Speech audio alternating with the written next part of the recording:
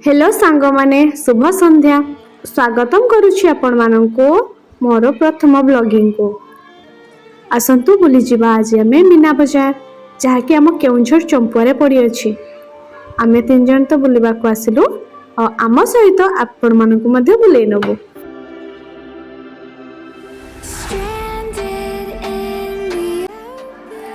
एठू आरंभ होछि आम वीडियो।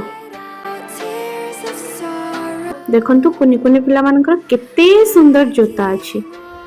आ ए भाई जनक केमती फुटका करी उडौचंती।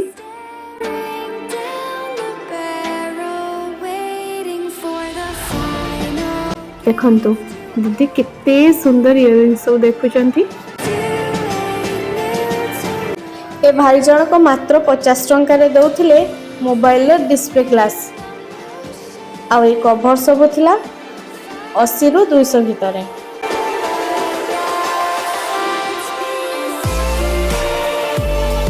एठी जहाँ भी भेराइटीज रो इयरिंग्स देखुचंती ना ए सबरो मूल्य होछि मात्र 30 टंका।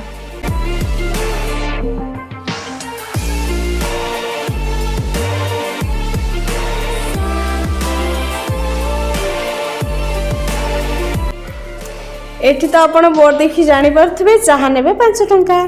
देखंतु केते भीड़ अछि सेठी आमे तो जाई ही पारलुनी।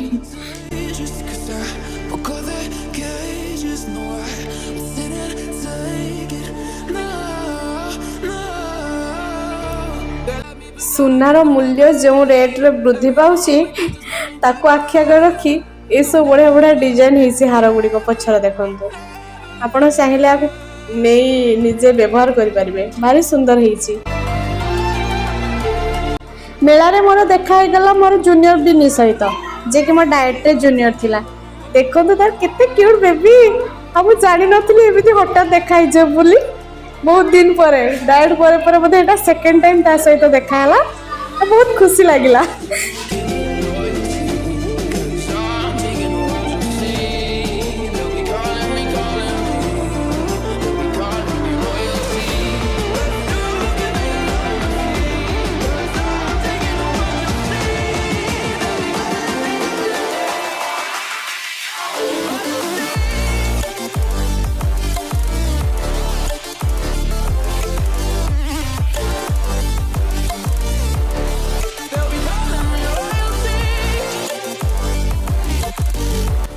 वैलेंटाइन डे सरीगला परे एठी किंतु देखंतु कोन चलीछि।